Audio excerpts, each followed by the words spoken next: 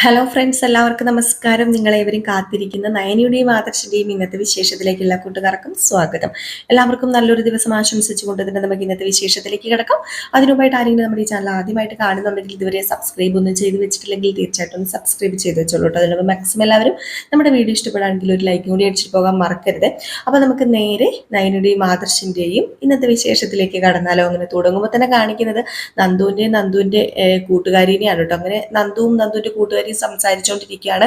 അങ്ങനെ നന്ദുവിന്റെ കൂട്ടുകാരി ചോദിക്കുകയാണ്, ഏട്ടനെയും ചേച്ചീനെയൊക്കെ കണ്ടിട്ട് എന്തായിടി എന്നൊക്കെ ചോദിച്ചു കഴിഞ്ഞപ്പോഴത്തേക്കും ഞാൻ അവരോട് ഇവിടുത്തെ കാര്യങ്ങളൊക്കെ പറഞ്ഞിട്ടുണ്ട്. ഏതായാലും നിനക്കറിയില്ലല്ലോ മുത്തശ്ശൻ, ഞാൻ പറഞ്ഞിട്ടില്ലേ അനന്തപുരി തറവാട്ടിലെ കാർന്നവര്. അനന്തപുരി തറവാട്ടിലെ അല്ലാട്ടോ, ഞങ്ങളുടെ അവിടുത്തെ കാർന്നവരെന്ന് വേണമെങ്കിൽ പറയുന്നതായിരിക്കും നല്ലത്. ഞങ്ങളുടെ അവിടെ എല്ലാവർക്കും, അവിടെ അയലോക്കക്കാർക്കാകട്ടെ നാട്ടുകാർക്കാകട്ടെ എല്ലാവർക്കും മുത്തശ്ശന് ചെറിയൊരു പേടിയുണ്ട്. സത്യത്തിന്റെയും നീതിയുടെയും ഒക്കെ ഭാഗത്ത് മാത്രമേ മുത്തശ്ശൻ നിൽക്കത്തുള്ളൂ. ആർക്കും മുത്തശ്ശനെ വീഴ്ത്താനായിട്ട് പറ്റില്ല. അതുപോലെ ഒരാളാ, തലയെടുപ്പുള്ള ഒരാൾ തന്നെയാ മുത്തശ്ശൻ എന്ന് പറയുന്നത്. അതുകൊണ്ട് മുത്തശ്ശനോട് കാര്യങ്ങളൊക്കെ ആദർശേട്ടൻ വിളിച്ച് സംസാരിച്ചിട്ടുണ്ട്. റെക്കമെൻഡേഷൻ ചെയ്യുമെന്നൊന്നും അറിയില്ല, എങ്കിലും നമുക്ക് പ്രതീക്ഷിക്കാം. മുത്തശ്ശൻ ഇതിൽ ഇടപെടുവാണെങ്കിൽ മിക്കവാറും പുള്ളിക്കാരനിട്ട് ഒരു 1.5 പണി തന്നെ കിട്ടും. നമ്മുടെ ട്രെയിനറിനിട്ടെ കിട്ടണം, അയാൾക്കിട്ട് പണി കിട്ടണം. അയാൾ അങ്ങനെയുള്ള കാര്യങ്ങളാണല്ലോ ചെയ്യുന്നത്. നിന്നെ ഇവിടെ എന്തൊക്കെയാ കാണിച്ചു കൂട്ടുന്നത്? നിന്നെ മാത്രം ലക്ഷ്യം വെച്ചുകൊണ്ട് അയാൾ എന്തൊക്കെയോ ഉദ്ദേശിച്ച നിനക്ക് പണിഷ്മെന്റുകൾ ഇങ്ങനെ തന്നോണ്ടിരിക്കുന്നത്. അതുപോലെ തന്നെ അങ്ങോട്ട് തിരിയാൻ പാടില്ല, ഇങ്ങോട്ട് തിരിയാൻ പാടില്ല, ഇങ്ങോട്ട് പോകാൻ പാടില്ല. ഏതെങ്കിലും ട്രെയിൻമാർ ചെയ്യുന്ന കാര്യങ്ങളൊക്കെയാണോ അയാൾ നിന്നോട് ചെയ്യുന്നത്? അതുകൊണ്ട് തന്നെ അയാളെ ഇവിടുന്ന് എന്തൊക്കെ പറഞ്ഞു മാറ്റിയാലും ഇനിയിപ്പോൾ പണിഷ്മെന്റ് കൊടുത്താലും അയാൾക്ക് എന്ത് കിട്ടിയാലും അത് നല്ലതിനാന്ന് മാത്രം ചിന്തിച്ചാൽ മതി. മുത്തശ്ശൻ, നിന്റെ ഈ പറയുന്ന മൂർത്തി മുത്തശ്ശൻ അങ്ങനെ ചെയ്യുകയാണെങ്കിൽ അത് ഏറ്റവും നല്ല കാര്യമാണെന്ന് ഓർക്കുക. നീ ചെയ്യുമായിരിക്കും. ഏട്ടനും നയനേച്ചിയൊക്കെ ചെന്ന് പറയും. അത് മാത്രമല്ല, വിളിച്ചു പറഞ്ഞല്ലോ. അവര് കാര്യങ്ങളൊക്കെ അറിയുമ്പോഴത്തേക്കും മുത്തച്ഛന് സത്യം മനസ്സിലാകും. മാത്രമല്ല, മുത്തച്ഛന് മേളിലേക്ക് വിളിച്ച് പറയാനും ചാൻസ് ഉണ്ടെന്നാണ് ഞാൻ പറഞ്ഞത്. ഏതായാലും ഒരു 50% നമുക്ക് പകുതി ചാൻസേ ഉള്ളൂ. മുത്തച്ഛൻ അങ്ങനെ റെക്കമെൻഡേഷൻ ചെയ്യുന്ന കൂട്ടത്തിലല്ലെന്ന് ഞാൻ പറഞ്ഞല്ലോ. അതുകൊണ്ട് തന്നെ ഇത് ന്യായമുള്ള കാര്യമായതുകൊണ്ട് ചിലപ്പം റെക്കമെൻഡേഷൻ ചെയ്യുമായിരിക്കും എന്നൊക്കെ പറയണം. അപ്പൊ ഇതേ സമയം പിന്നെ കാണിക്കുന്നത് നമ്മുടെ ചന്തുമോളെ കളിപ്പിച്ചുകൊണ്ടിരിക്കുന്ന ദേവയാനിയാണ്. അപ്പൊ ദേവയാനി ഇങ്ങനെ ഓരോ കാര്യങ്ങളൊക്കെ പറഞ്ഞ് ചന്തുമോളുമായിട്ട് ഇങ്ങനെ കളിച്ചോണ്ടിരിക്കുകയാണ്. ഇപ്പം നയനമ്മയും ആദർശനും വരൂട്ടോ എന്നൊക്കെ പറഞ്ഞ് ഇങ്ങനെ കളിച്ചോണ്ടിരുന്നപ്പോഴത്തേക്ക് നയനിയും ആദർശും കൂടെ വന്നു കേട്ടോ. നയനിയും ആദർശും വന്ന ഉടനെ തന്നെ ഹായ് നയനാമ്മയെന്ന് പറഞ്ഞ് ചെന്ന് കെട്ടിപ്പിടിക്കുകയാണ്, ഭയങ്കര സ്നേഹത്തോടു കൂടി തന്നെ. അപ്പോഴത്തേക്കും ഓഹോ, എന്തെടുക്കായിരുന്നു? മുത്തശ്ശിയായിട്ട് വഴക്കുണ്ടാക്കുവായിരുന്നോ? ഇവള് വഴക്കുണ്ടാക്കാനോ? ഇവളങ്ങനെ വഴക്കുണ്ടാക്കാനൊന്നും അറിയില്ലെന്നേ. ഇവളങ്ങനെ വഴക്കുണ്ടാക്കുമൊന്നുമില്ല. നമ്മൾ എന്ത് പറഞ്ഞാലും അത് അക്ഷരം പ്രതി അനുസരിക്കും. സാധാരണ കൊച്ചുകുട്ടികൾ എന്തെങ്കിലുമൊക്കെ പറഞ്ഞ് പിടിവാശി പിടിക്കും, പക്ഷെ ഇവൾ അങ്ങനെയൊന്നും പിടിവാശി പിടിക്കില്ല. ആണോ, എൻ്റെ മോള് നല്ല മോളല്ലേ? ഈ മോക്ക് എന്താ മേടിച്ചോണ്ട് വന്നേക്കുന്നതെന്ന് നോക്കിയേ, ഇതെല്ലാം മോക്കുള്ളതാ എന്ന് പറഞ്ഞുകൊണ്ട് ചോക്ലേറ്റ്സും എന്തോ ഡോളോ ഒക്കെ ഇങ്ങനെ കൊടുക്കാണ്. ഇതൊക്കെ നമ്മുടെ നവ്യ നിന്ന് കാണുന്നുണ്ട് കേട്ടോ. അപ്പോഴത്തേക്ക് നമ്മുടെ ദേവ്യാനി ചോദിച്ചു, അല്ല പോയ കാര്യം എന്തായി? നന്ദുമോളെ കണ്ടോ? അവളുടെ കാര്യം കുറച്ച് കഷ്ടത്തിലമ്മേ. അവിടെ ഒരു ട്രെയിനർ ടാർഗറ്റ് ചെയ്യുന്നുണ്ടെന്നാ പറഞ്ഞത്. പുള്ളിക്കാരൻ അവളെ തന്നെ ഇട്ട് വർക്കൗട്ട് ചെയ്യിപ്പിക്കുകയും പണിഷ്മെന്റ് കൊടുക്കുകയൊക്കെ ചെയ്യുന്നുണ്ട്. അവരുടെ ലക്ഷ്യം എന്താണെന്നൊന്നും അറിയില്ല. ഏതായാലും അതിനൊരു തീരുമാനം ഉണ്ടാക്കണം. മുത്തച്ഛനോട് കാര്യങ്ങളൊക്കെ ഞങ്ങൾ വിളിച്ചു പറഞ്ഞിട്ടുണ്ട്. ആണോ? മുത്തച്ഛൻ ഇടപെട്ട് കഴിഞ്ഞിട്ടുണ്ടെങ്കിൽ പിന്നെ അയാളുടെ ഭാഗത്ത് തെറ്റുണ്ടെങ്കിൽ അയാളെ മാറ്റി നിർത്തുക തന്നെ ചെയ്യും. അയാള് തെറ്റ് ചെയ്യുന്നുണ്ടെങ്കിൽ മിക്കവാറും അയാളുടെ തൊപ്പി തന്നെ തെറിക്കാൻ ചാൻസ് ഉണ്ടെന്ന് ഇങ്ങനെ പറയാണ്. അപ്പം പറഞ്ഞു, തൊപ്പി തെറിക്കണം, പാവം അവിടെ ഒരുപാട് കഷ്ടപ്പെടുന്നുണ്ട്, അറിയാലോ, അവൾ ഒരുപാട് ബുദ്ധിമുട്ടുന്നുണ്ട്. ഈ പോലീസ് യൂണിഫോം ഇടാൻ വേണ്ടി അവൾ ഒരുപാട് കഷ്ടപ്പെട്ട അവിടെ കിടന്ന് അധ്വാനിക്കുന്നത്. സാധാരണ ട്രെയിനിങ്ങിനൊക്കെ പോകുമ്പം ഇങ്ങനെ കഷ്ടപ്പാടൊക്കെ ഉള്ളതാണ്. എങ്കിൽ പോലും കൂടെ നിൽക്കുന്ന ട്രെയിനർമാരും കൂടെ നിൽക്കുന്നവരും സഹകരിച്ചില്ലെങ്കിൽ അവിടെ പിടിച്ചു നിൽക്കാൻ ഭയങ്കര ബുദ്ധിമുട്ടായിരിക്കും. ഏതായാലും അവള് അതൊക്കെ തരണം ചെയ്ത് പിടിച്ച് നിൽക്കുന്നുണ്ടല്ലോ. അത് തന്നെ അവള് പോലീസ് യൂണിഫോത്തിനോടുള്ള അവളുടെ അതിയായ മോഹം കാരണമാണ്. അതുകൊണ്ട് തന്നെ ഇതിന് ഒരു തീരുമാനം മുത്തശ്ശൻ ഉണ്ടാക്കുമായിരിക്കും. അതെ, മുത്തശ്ശൻ സത്യത്തിന്റെയും നീതിയുടെയും ഭാഗത്ത് തന്നെ നിന്ന് പ്രവർത്തിക്കും. അവളുടെ ഭാഗത്ത് ശരിയുണ്ടെങ്കിൽ മുത്തശ്ശൻ അത് ഇടപെട്ട് മിക്കവാറും അയാളെ അവിടെ നിന്ന് മാറ്റാനും ചാൻസ് ഉണ്ട്. അങ്ങനെ ഒരാൾ എന്തിനാ അവിടെ ഇങ്ങനെ കുട്ടികളെയൊക്കെ ട്രെയിൻ ചെയ്യിച്ച് പണിഷ്മെന്റ് ഒക്കെ കൊടുത്ത് മനസ്സിൽ വൈരാഗ്യ ബുദ്ധി വെച്ച് പ്രവർത്തിക്കുന്ന ഒരാൾ അവിടെ ആവശ്യമില്ലല്ലോ. അതുകൊണ്ട് തന്നെ മുത്തശ്ശൻ അതൊക്കെ കൈകാര്യം ചെയ്തോളും എന്നൊക്കെ പറയാം. അപ്പോഴത്തേക്ക് നയന പറഞ്ഞു, അല്ല, ഈ ചോക്ലേറ്റ്സ് തന്നെ തിന്നാൻ പോവാണോ? തന്നെ കഴിക്കാൻ പോവാണോ? ഇത് ആർക്കും കൊടുക്കുന്നില്ലേ? ഞാനിത് ആർക്കാ അമ്മ കൊടുക്കേണ്ടത്? ഇത് ഞാന് കുഞ്ഞാവയ്ക്ക് കൊടുക്കണോ? ദേ കുഞ്ഞാവ ചോക്ലേറ്റ് കഴിക്കാറൊന്നും ആയില്ല. അപ്പോഴത്തേക്ക് നമ്മുടെ ദേവയാനി പറഞ്ഞു, കണ്ടില്ലേ അവളുടെ മനസ്സ്, അവൾക്ക് അങ്ങനെ എല്ലാം സ്വയമേ കഴിക്കണമെന്നും അവൾക്ക് എല്ലാം സ്വന്തമാക്കണമെന്നൊന്നുമില്ല.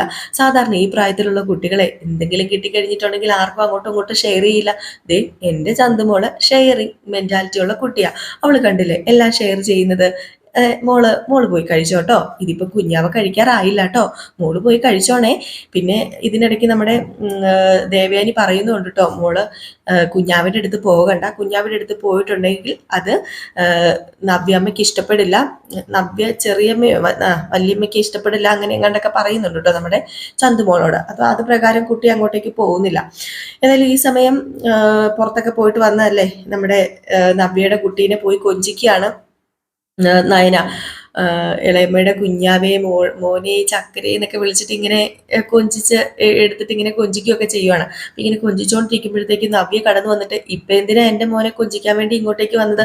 ഇതിന്റെ ആവശ്യമില്ലായിരുന്നല്ലോ, എന്തിനാ വെറുതെ കൊഞ്ചിക്കുന്നത്? ദേ കൊഞ്ചിക്കേണ്ട ആവശ്യമൊന്നുമില്ല, മനസ്സിൽ വേറൊന്ന് വെച്ചിട്ട് ദേ ഇപ്പൊ എന്റെ കുട്ടിയോട് ഇങ്ങനെ പെരുമാറേണ്ട ഒരു കാര്യമില്ല നയനെ. നിനക്ക് എപ്പോഴും വലുത് നിന്റെ ഭർത്താവിന്റെ കുഞ്ഞല്ലേ. അത് എന്റെ ഭർത്താവിന്റെ കുഞ്ഞ് മാത്രല്ലേ ചേച്ചി, അവൾ എന്റെ കുഞ്ഞും കൂടെയാ. അവിഹിതത്തിലുണ്ടായ കുഞ്ഞ് നിന്റെ കുഞ്ഞാവില്ല നയനെ. നീ എന്തിനാ നിന്റെ കുഞ്ഞാന്ന് നാഴികയ്ക്ക് 40 വട്ടം പറഞ്ഞുകൊണ്ട് നടക്കുന്നത്? ദേ ഞാനൊരു കാര്യം പറയാം, വെറുതെ കണ്ട കുഞ്ഞുങ്ങൾ സ്നേഹിച്ച് നീ എന്തിനാണ് ഈ സമയം കളയുന്നത്? ഓ, ഭർത്താവിന്റെ അവിഹിതത്തിലുണ്ടായ കുഞ്ഞിനെയും പൊക്കി പിടിച്ചോണ്ട് നടക്കുക. വേണ്ട, നീ എന്റെ കുഞ്ഞിനെ സ്നേഹിക്കണ്ട, പോട്ടെ സാരമില്ല. പക്ഷെ നീ എന്തിനാ നിന്റെ ജീവിതം നശിപ്പിക്കുന്നത്? നയനേച്ചി ഞാൻ നവ്യേച്ചി ഞാൻ പറഞ്ഞല്ലോ, ഇതിനെക്കുറിച്ച് ഇനി കൂടുതൽ നവ്യേച്ചി ഞാൻ എന്തെങ്കിലുമൊക്കെ വിളിച്ചു പറഞ്ഞു കഴിഞ്ഞിട്ടുണ്ടെങ്കിൽ അത് ചിലപ്പം നവ്യേച്ചിക്ക് താങ്ങാൻ പറ്റിയെന്ന് വരില്ല. നീ എന്ത് വിളിച്ചു പറയാനാടി? താങ്ങാൻ കഴിയാത്തത് എൻ്റെ അച്ഛനും അമ്മയ്ക്കൊക്കെയാ. നിന്റെ ജീവിതം കണ്ട് അവർ ഒരുപാട് സങ്കടപ്പെടുന്നുണ്ട്. അപ്പോഴത്തേക്കും ഇങ്ങ് ജലജ വന്നിട്ട് ഇവിടെ എന്താ പ്രശ്നം? അപ്പോഴത്തേക്കും നവ്യ പറഞ്ഞു, എൻ്റെ മോനെ കൊഞ്ചിക്കാൻ വേണ്ടി വന്നിരിക്കുക ഇവളെ. എൻ്റെ മോനെ കൊഞ്ചിക്കാൻ മറ്റേ കുഞ്ഞിനെ മനസ്സിൽ വെച്ച് കണ്ട കുഞ്ഞുങ്ങൾക്ക് അതും ഇതുമൊക്കെ മേടിച്ചു കൊടുത്തിട്ട് എൻ്റെ മോൻ്റെ അടുത്ത് വരേണ്ട ഒരാവശ്യമില്ലല്ലോ. അതാ ഞാൻ ഇവളോട് പൊട്ടിത്തെറിക്കുന്നത്. ഇവളോട് പറഞ്ഞിട്ട് ഒരു കാര്യമില്ല. ഇവള് സ്വന്തം ഇവളുടെ ഭർത്താവിന്റെ അവിഹിതത്തിലുള്ള കുഞ്ഞിനെ എടുത്ത് താലോലിക്കുകയോ ഓമനിക്കുകയോ ഒക്കെ ചെയ്യുന്നത് വേറൊന്നും കൊണ്ടുമല്ല, ഇവളുടെ ഗതികേട് കൊണ്ട്. അല്ലാതെ പിന്നെ എന്താ പറയുക? അല്ല, ഞാനൊരു കാര്യം പറയട്ടെ നയനെ, നിനക്ക് നാണമുണ്ടോ? നാണമുള്ള ഒരു സ്ത്രീ ചെയ്യുന്ന കാര്യമാണോ നീ ചെയ്യുന്നത്? ഏതെങ്കിലും സ്ത്രീ ചെയ്യുമോ? അവിഹിതത്തിലുണ്ടായ ഒരു കുഞ്ഞിനെ താലോലിച്ച് ഓമനിച്ച് തലയെ കയറ്റിക്കൊണ്ട് നടക്കാൻ നിനക്ക് വേറെ പണിയില്ലേ? എനിക്കിതൊക്കെ കാണുമ്പോൾ ഉണ്ടല്ലോ. അപ്പോഴത്തേക്കും പെട്ടെന്ന് നയന ദേഷ്യപ്പെട്ടിട്ട് പറഞ്ഞു, ദേ അപ്പച്ചി മിണ്ടാതിരുന്നോ? അപ്പച്ചിക്കും നവ്യേച്ചിക്കും മിണ്ടാതിരിക്കുന്ന നല്ലത്. പല ബന്ധങ്ങളും തകരാതിരിക്കാൻ വേണ്ടി എൻ്റെ ആദർശേട്ടൻ എന്തെങ്കിലുമൊക്കെ ചെയ്യുന്നുണ്ടെങ്കിൽ അതിനൊക്കെ ഇങ്ങനെ ഓരോന്ന് വിളിച്ചു പറഞ്ഞാല് നാവിൽ തോന്നുന്നൊക്കെ വിളിച്ചു പറഞ്ഞു കഴിഞ്ഞിട്ടുണ്ടെങ്കിലോ ഒരിക്കലും ഞാൻ ക്ഷമിച്ചെന്ന് വരില്ല. അതുകൊണ്ട് പറയുക, കുടുംബ ബന്ധങ്ങൾ തകരാതിരിക്കാൻ വേണ്ടി നിങ്ങളുടെ വാ പൂട്ടി വെച്ചിരിക്കുന്നതാ നിങ്ങൾക്ക് നല്ലത്. ഇല്ലെങ്കിൽ ഇവിടെ പലതും നടക്കും, കുടുംബ ബന്ധങ്ങൾ തകരും. ഏത് കുടുംബ ബന്ധമാണ് തകരാൻ പോകുന്നത്? നിന്റെ കുടുംബ ബന്ധം തകരാതിരിക്കാൻ വേണ്ടി നീ എന്ത് ചെയ്യുന്നു? അവിഹിതത്തിലുണ്ടായ കുഞ്ഞിനെ കൊണ്ട് നടക്കുന്നു. ഇതിൽ കൂടുതൽ വേറെ എന്തെങ്കിലും ഇവിടെ സംഭവിക്കാനുണ്ടോ? ഇല്ലല്ലോ. വന്നിരിക്കുന്നു. അപ്പോഴത്തേക്ക് നമ്മുടെ നയന പറഞ്ഞു, ദേ നവ്യേച്ചി, ഇവളെന്നല്ല അപ്പച്ചി പറയുന്ന ഓരോ വാക്കുകൾ കേട്ട് നമ്മൾ വെറുതെ എന്തിനാ വഴക്കുണ്ടാക്കുന്നത്? നമ്മൾ സഹോദരിമാരാണ്. ഇവർ പറയുന്ന വാക്ക് കേട്ട് വഴക്കുണ്ടാക്കേണ്ട ഒരാവശ്യവും നമുക്കില്ല. നമ്മൾ വഴക്കുണ്ടാക്കിക്കാൻ വേണ്ടി ഇവർ ഓരോന്ന് പറഞ്ഞ് നവ്യേച്ചിനെ എരിവ് കയറ്റുകയോ ചെയ്യുന്നത്. എൻ്റെ ഭർത്താവും എൻ്റെ അമ്മായിയമ്മയും കൂടി എന്നെ എരിവ് കയറ്റുവാണെങ്കിൽ ഞാൻ അങ്ങ് സഹിച്ചു. അല്ല, നീയെല്ലാം സഹിച്ചാണല്ലോ ഇവിടെ നിൽക്കുന്നത്. അപ്പൊ പിന്നെ ഇതൊക്കെ സഹിച്ച് നിൽക്കാൻ ഞാനും ബാധ്യസ്ഥയാണ്. അതുകൊണ്ട് ഇതിനെക്കുറിച്ച് കൂടുതൽ സംസാരിക്കുകയൊന്നും വേണ്ട, നീ ഒന്ന് പുറത്തു പോ എന്ന് പറഞ്ഞ് നമ്മുടെ നയനെ അവിടെ നിന്ന് പറഞ്ഞു വിടുകയാണ് കേട്ടോ. ഏതായാലും നയനെ രണ്ടെണ്ണം പറയുകയും ചെയ്തു. സൂക്ഷിച്ചില്ലേ ദുഃഖിക്കേണ്ടി വരും. ആദർശേട്ടൻ എല്ലാം സഹിച്ചും ക്ഷമിച്ചും ജീവിക്കുന്നത് പല കുടുംബ ബന്ധവും തകരാതിരിക്കാൻ വേണ്ടിയാണ്. അപ്പൊ ഇത് നമ്മുടെ ജലജയുടെ മെമ്മറിയിൽ അങ്ങോട്ട് കയറിയിട്ടുണ്ടെന്നില്ല, ഞാൻ പ്രമോയിൽ പറഞ്ഞിട്ടുണ്ടായിരുന്നല്ലോ. അപ്പം ഇതിനെക്കുറിച്ച് ഇങ്ങനെ എന്തോ ഒരു ചെറിയൊരു ക്ലിക്ക് നമ്മുടെ ജലജയ്ക്ക് കിട്ടിയിട്ടുണ്ട്. എന്തായിരിക്കും അവൾ അങ്ങനെ പറഞ്ഞിട്ടുണ്ടായിരിക്കാം? അപ്പോഴത്തേക്ക് നമ്മുടെ നവ്യയും ചോദിക്കുന്നുണ്ട്, അല്ല അമ്മേ, എന്തായിരിക്കും അവൾ അങ്ങനെ പറഞ്ഞത്? നയന അങ്ങനെ പറഞ്ഞതിൽ ഇനി എന്തെങ്കിലും കാണുമോ? കുടുംബ ബന്ധങ്ങൾ തകരാതിരിക്കാൻ വേണ്ടിയാണ് പലതും മാറ്റിവെക്കുന്നതെന്നും പലതും സഹിക്കുന്നതെന്നും ഒക്കെ ആ അവക്ക് വായിൽ വരുന്നത് പാട്ടല്ലേ, എന്തെങ്കിലുമൊക്കെ അവൾ വിളിച്ച് പറഞ്ഞിട്ട് പോകും ജയിക്കാൻ വേണ്ടി. മോൾ അങ്ങനെ കണ്ടാൽ മതി. മോളുടെ കുഞ്ഞിനെ നോക്കാൻ നോക്ക്. നമുക്ക് നമ്മുടെ കുഞ്ഞു മതി, വേറെ കുഞ്ഞിനൊന്നും നമുക്ക് സ്നേഹിക്കാൻ പോകണ്ട. മോൾക്ക് ഒരു കുഞ്ഞിനെ ദൈവം തന്നിട്ടുണ്ടല്ലോ. ദൈവം മോൾക്കും എൻ്റെ അഭിമനും ഒരു കുഞ്ഞിനെ തന്നിട്ടുണ്ട്. അതിനെ താലോലിക്കിച്ച് ജീവിക്കാം. ഇവൾ എന്തെങ്കിലുമൊക്കെ കിടന്ന് കാണിക്കട്ടെ, അവൾ അഴിഞ്ഞാടട്ടെ എന്നൊക്കെ പറഞ്ഞിട്ട് നമ്മുടെ ജലജയും അങ്ങ് പോയി കേട്ടോ. ഏതായാലും നവിക്ക് പ്രത്യേകിച്ച് വേറെ ഒന്നും തോന്നിയില്ല. നവിക്ക് അപ്പോഴും നമ്മുടെ അഭിയാണ് എല്ലാം അഭി പറയുന്നതാണല്ലോ ഇപ്പം വേദവാക്യം, അങ്ങനെ തന്നെ നിൽക്കുകയാണ്. ഇത് കഴിഞ്ഞ് പിന്നെ കാണിക്കുന്ന സീൻ എന്ന് പറഞ്ഞിട്ടുണ്ടെങ്കിൽ ക്യാമ്പാണ് കേട്ടോ. അപ്പൊ ക്യാമ്പിൽ നമ്മുടെ മറ്റേ പോലീസുണ്ടല്ലോ ട്രെയിനർ, ആ ട്രെയിനർക്ക് വൻപൻ പണി കിട്ടുകയാണ്. അപ്പം ട്രെയിനർക്ക് അവിടെ നിന്ന് ഒരു പണിഷ്മെന്റ് ട്രാൻസ്ഫർ കൊടുക്കുകയാണ്. അപ്പം അതിനുള്ളൊരു നോട്ടീസ് അവിടുത്തെ മേലുദ്യോഗസ്ഥർ കൊടുക്കുന്നു. ഒരു ചെറിയ പണിഷ്മെന്റ് ട്രാൻസ്ഫർ ഉണ്ട്, മേളിൽ നിന്ന് വിളിച്ച് പറഞ്ഞതാണ്. മാത്രമല്ല ചെക്ക് ചെയ്ത് നോക്കിക്കഴിഞ്ഞപ്പോഴത്തേക്കും നിങ്ങൾ അത്രയ്ക്ക് പെർഫെക്റ്റ് ഒന്നുമല്ല, ഒരു ട്രെയിനർ എന്ന നിലയിൽ ചെയ്യേണ്ട കാര്യങ്ങളൊന്നുമല്ല നിങ്ങൾ ഇവിടെ ചെയ്തു കൂട്ടിയിരിക്കുന്നത്. ഞങ്ങളിവിടെ എല്ലാ കുട്ടികളുടെ റിവ്യൂ എടുത്തു, അതിലെല്ലാം നിങ്ങളെക്കുറിച്ചുള്ള അഭിപ്രായം എന്ന് പറയുന്നത് വളരെ മോശമാണ്. അതുകൊണ്ട് നിങ്ങൾക്ക് ഒരു ട്രാൻസ്ഫർ ആണ്, പണിഷ്മെന്റ് ട്രാൻസ്ഫർ ആണെന്ന് പറയുക. അങ്ങനെ അതിങ്ങനെ കൈപ്പറ്റാണ് കേട്ടോ, ആ ഒരു നോട്ടീസ് കൈപ്പറ്റാണ്. വല്ലാത്തൊരവസ്ഥയിലായി പോയിട്ട് പുള്ളിക്കാരൻ ഒരിക്കലും പ്രതീക്ഷിച്ചില്ല ഇവിടെ നിന്ന് നമ്മുടെ നന്ദുവിനെ പുറത്ത് ചാടിക്കാന്നാണല്ലോ ഓർത്തത്. ഏതായാലും ഈ സീൻ കഴിഞ്ഞ് കാണിക്കുന്നത് നമ്മുടെ നന്ദുവും നന്ദുവിന്റെ കൂട്ടുകാരും കൂടെ പഞ്ചഗുസ്തി പിടിച്ചുകൊണ്ടിരിക്കുകയാണ്. അങ്ങനെ നന്ദു ആണല്ലോ സ്വാഭാവികം അവിടെ ജയിക്കുന്നത്. അങ്ങനെ നന്ദു ഇങ്ങനെ പഞ്ചഗുസ്തി പിടിക്കുന്നു, ജയിക്കുന്നു, ഓരോരുത്തർ വരുന്നു, പിടിക്കുന്നു, നന്ദു ജയിക്കുന്നു. അപ്പോഴത്തേക്കും നമ്മുടെ ട്രെയിനർ വന്നിട്ട് പറയുകയാണ്, എനിക്കിവിടുന്ന് ട്രാൻസ്ഫർ കിട്ടി, ഞാൻ ഇവിടുന്ന് പോകുവാണ് എന്നിങ്ങനെ പറഞ്ഞു കഴിഞ്ഞപ്പോഴത്തേക്കും എല്ലാവരുടെയും മുഖത്ത് സന്തോഷം മാത്രമേ ഉള്ളൂ കേട്ടോ. ഈ പണ്ടാരക്കാലിന് എങ്ങനെയെങ്കിലും ഇവിടുന്ന് പോയാൽ മതി എന്ന് ഓർത്തിരിക്കുകയാണ്. എന്നിട്ട് പുള്ളിക്കാരൻ പറയുന്നുണ്ട്, ഞാൻ ഇവിടുന്ന് പോകാൻ കാരണക്കാരിതിൽ പലരും ഉണ്ട്, അതെനിക്കറിയാം, ഏതായാലും അവരൊക്കെ നന്നായി വരികയേ ഉള്ളൂ എന്നൊക്കെ ഇങ്ങനെ പറഞ്ഞ് ആക്കി സംസാരിക്കുന്നൊക്കെയുണ്ട്. ഏതായാലും എല്ലാവർക്കും സന്തോഷമായി. പുള്ളിക്കാരൻ പോകുന്നത് എല്ലാവർക്കും അവിടെ ഇഷ്ടമാണ്. ആർക്കും പുള്ളിക്കാരൻ്റെ കണ്ണിന് കണ്ടുകൂടാ. പുള്ളിക്കാരൻ അങ്ങനെയാണല്ലോ പെരുമാറ്റവും കാര്യങ്ങളൊക്കെ. നന്ദൂര് മാത്രമല്ല ബാക്കി ആർക്കും ഇഷ്ടമല്ല പുള്ളിക്കാരനെ കുറിച്ച് എല്ലാവരും എതിരെ ഒരു അഭിപ്രായമാണ് കൊടുത്തത്. എല്ലാവരുടെയും റിവ്യൂ എടുത്തപ്പം അതുകൊണ്ടും കൂടിയാണ് പുള്ളിക്കാരനെ ഇവിടുന്ന് പണിഷ്മെന്റ് ട്രാൻസ്ഫർ കൊടുത്ത് ഒഴിവാക്കിയത്.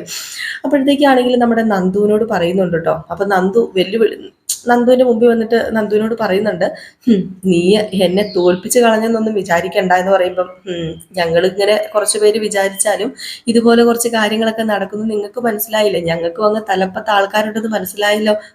എന്നെ ഇവിടുന്ന് ഓടിക്കാമെന്ന് വിചാരിച്ചിട്ട് ഇപ്പം പാലും പൊക്കി ഓടേണ്ടി വരുന്നത് ആർക്കാണെന്ന് മനസ്സിലായല്ലോ. എടി നീ എവിടെ പോയാലും നീ പച്ച പിടിക്കില്ലടി, നീ എവിടെ പോയാലും നീ നന്നാവാനും പോകുന്നില്ല. മാത്രമല്ല നീ ഈ ജോലി ചെയ്യാൻ അത്രയ്ക്ക് അർഹതയുള്ളവളൊന്നും അല്ല. ഈ എടുത്തുചാട്ടക്കാരി അല്ലെങ്കിൽ ഇതുപോലെ കാണിക്കുന്നവള് എവിടെ ചെന്നാലും നിനക്ക് ഈ ജോലിയിൽ നേരെ വണ്ണം പോകാനായിട്ട് പറ്റില്ല. കാരണം അതിന് കുറച്ച് സെൻസ് വേണം, മാത്രമല്ല ക്ഷമ വേണം. അതുമല്ല കാണുന്നതെല്ലാം ചോദ്യം ചെയ്ത് നടക്കുന്നവർക്ക് പറ്റിയ പരിപാടിയുമല്ല ഇത്. ചോദ്യം ചെയ്യേണ്ടത് ചോദ്യം ചെയ്യണം, ചെയ്യേണ്ടാത്തത് ചോദ്യം ചെയ്യാതെയും ഇരിക്കണം. ആയിക്കോട്ടെ സാറേ, ഞാൻ SI യൂണിഫോം ഇട്ടിട്ട് ആദ്യം സാറിനെ കാണാൻ വേണ്ടി വരാം, അതുപോലെ എന്നൊക്കെ പറഞ്ഞ് ഇങ്ങനെ കളിയാക്കുന്നുണ്ട് കേട്ടോ നമ്മുടെ നന്ദു. പിന്നെ കാണിക്കുന്ന സീൻ എന്ന് പറഞ്ഞിട്ടുണ്ടെങ്കിൽ നമ്മുടെ അനന്തപുരി തറവാടാണ് കേട്ടോ. അപ്പം നമ്മുടെ അനി ഇങ്ങനെ എങ്ങോട്ടോ പോകാൻ ഇറങ്ങി കഴിഞ്ഞപ്പോഴത്തേക്കും ദേവയാനി ചോദിക്കുകയാണ്, എങ്ങോട്ടാ പോകുന്നത്? എങ്ങോട്ടാ, ജ്വല്ലറിയിലേക്കാണോ അതോ വേറെ എങ്ങോട്ടേലും ആണോ? അത് പിന്നെ ഞാൻ ജ്വല്ലറിയിലേക്ക് തന്നെയാണ് പോകുന്നത്. പിന്നെ ഈ ജ്വല്ലറിയിൽ എപ്പോഴും പോയി ഇരിക്കുക എന്നുള്ളത് വളരെ ബുദ്ധിമുട്ടുള്ള കാര്യമാണ്. എപ്പോഴും അവിടെ തന്നെ ഇരിക്കുക എന്നൊക്കെ പറഞ്ഞു കഴിഞ്ഞിട്ടുണ്ടെങ്കിൽ അതിനിപ്പോൾ എന്താ കുഴപ്പം? AC റൂമല്ലേ, പിന്നെ അവിടെ പോയി ഇരിക്കത്തില്ലേ? അവിടെ പോയി ഇരിക്കുകയൊക്കെ ചെയ്യാം, എങ്കിലും മനസ്സിലാവുന്നുണ്ട്. ഇപ്പം നയനയാട്ടോ പറയുന്നത്, മനസ്സിലാവുന്നുണ്ട്. ഇവനെ ഇപ്പൊ ഒരു കുഴിമടിയനായിട്ട് മാറിയിരിക്കുക. ഇവൻ ഓരോരോ കാരണം പറഞ്ഞ് ജ്വല്ലറി നോക്കാതെ ഇങ്ങനെ നടക്കുകയാണെന്ന്. അപ്പോഴത്തേക്കും പെട്ടെന്ന് മുത്തച്ഛൻ വന്നങ്ങോട്ട്. അപ്പൊ മുത്തച്ഛൻ വന്നിട്ട്, അതെ നയനമോളെ, മോക്കൊരു സന്തോഷ വാർത്തയുണ്ട് കേട്ടോ. എന്താ മുത്തച്ഛ? അത് പിന്നെ വേറൊന്നും അല്ല, ആ ട്രെയിനറില്ലേ, ആ ട്രെയിനറിനെ മാറ്റിയിട്ടുണ്ട്. ആണോ? സത്യമാണോ മുത്തച്ഛ? അതെ, മാറ്റിയിട്ടുണ്ട്. പുള്ളിക്കാരൻ അത്രയ്ക്ക് വെടുപ്പും വൃത്തിയുള്ള ആളൊന്നും അല്ല. തിരക്കി അന്വേഷിച്ച് കഴിഞ്ഞപ്പോഴത്തേക്കും അത് അവർക്ക് മനസ്സിലാവുകയും ചെയ്തു. പണിഷ്മെന്റ് ട്രാൻസ്ഫർ ആണ് കൊടുത്തിരിക്കുന്നത്. അപ്പോഴത്തേക്കും പെട്ടെന്ന് നമ്മുടെ അനി ഇത് കേട്ട് കഴിഞ്ഞപ്പോഴത്തേക്കും താങ്ക്സ് മുത്തച്ഛ എന്നിങ്ങനെ പറഞ്ഞപ്പോഴത്തേക്കും നമ്മുടെ മുത്തച്ഛന്റെ മുഖഭാവമൊക്കെ അങ്ങ് മാറിയിട്ട്, അല്ല നീ എന്തിനാ താങ്ക്സ് പറയുന്നത്? അല്ല നിനക്ക് താങ്ക്സ് പറയാൻ മാത്രം നിനക്ക് എന്ത് ഉപകാരമാണ് ഞാൻ ചെയ്തു തന്നത്? ഞാൻ നന്ദുമോൾക്കല്ലേ ഉപകാരം ചെയ്തു കൊടുത്തത്, അതിന് നീ താങ്ക്സ് പറയേണ്ട കാര്യമില്ലല്ലോ. അത് പിന്നെ കേട്ടപ്പം അറിയാതെ ഒന്നും പറയുമൊന്നും വേണ്ട. ഞാനൊരു കാര്യം പറഞ്ഞേക്കാം, നിന്റെ വിവാഹം കഴിഞ്ഞതാണ്. പിന്നെ നിനക്ക് ഇപ്പം അനാമിക എന്തെങ്കിലും ആയിക്കോട്ടെ, അത് ഞങ്ങൾക്ക് അറിയേണ്ട കാര്യമില്ല. പക്ഷേ ബാക്കിയുള്ളവർക്കെല്ലാം നിന്റെ ഭാര്യ തന്നെയാണ് അനാമിക. പിന്നെ ദേ ഈ നന്ദുവിന്റെ ശത്രു അനാമികയാണെന്നൊക്കെ നീ പറയുന്നുണ്ടായിരിക്കാം, പക്ഷെ ആ ശത്രുത അനാമികയ്ക്ക് നന്ദുവിനോട് തോന്നാൻ കാരണവും നീയാണ്. അതുകൊണ്ട് സൂക്ഷിച്ചും കണ്ടും പെരുമാറി നിന്നാൽ നിനക്ക് കൊള്ളാം. പറഞ്ഞല്ലോ, പലതും പലതും ഞാൻ കണ്ടില്ല കേട്ടില്ല എന്ന് നടിക്കുന്നുണ്ട്. അതെപ്പോഴും അതുപോലെ ആകണമെന്നൊന്നുമില്ല. അതുകൊണ്ട് നീ ഒരു കാര്യം ചെയ്തോ, നിന്റെ കുടുംബം അത് നീ നോക്കിക്കോ എന്ന് പറഞ്ഞിട്ട് നമ്മുടെ മുത്തശ്ശൻ കയറി പോവുകയാണ് കേട്ടോ. അപ്പോഴത്തേക്ക് നമ്മുടെ അനിക്ക് എന്തോ പോലെ ആയിപ്പോയി. അപ്പൊ അനി അവിടെ ഇരുന്ന കുറച്ച് ബലൂണൊക്കെ എടുത്തോണ്ട് അങ്ങ് പോവുകയാണ്. നമ്മുടെ നന്ദുമോളുടെ അല്ല, ചന്തുമോളുടെ പിറന്നാളാണല്ലോ വരാൻ പോകുന്നത്. അപ്പൊ അതിന്റെ ഡെക്കറേഷനൊക്കെ നടത്താണ് കേട്ടോ. അപ്പൊ നമ്മുടെ അനി ഇതൊന്നും തനിക്ക് വിഷയം ഒന്നും അല്ല എന്നുള്ള രീതിയിലാണ് ബലൂണൊക്കെ എടുത്തോണ്ട് അങ്ങ് മാറിപ്പോകുന്നത്. അപ്പൊ ഇതൊക്കെ നോക്കി ഇങ്ങനെ നമ്മുടെ നയനയും ദേവയാനിയും കൂടെ നിൽക്കുന്ന ഒരു സീൻ കാണിച്ചാണ് ഇന്നത്തെ വിശേഷം അവസാനിക്കുന്നത്. അപ്പൊ എല്ലാവരും കാത്തിരിക്കുക അടുത്ത വിശേഷത്തിനായിട്ട്. അടുത്ത വിശേഷവുമായിട്ട് വരുന്നവരെല്ലാവർക്കും ടാറ്റാ ബൈ ബൈ. ഒരു ലൈക്ക് അടിച്ചിട്ട് പോകാൻ മറക്കരുത് കേട്ടോ.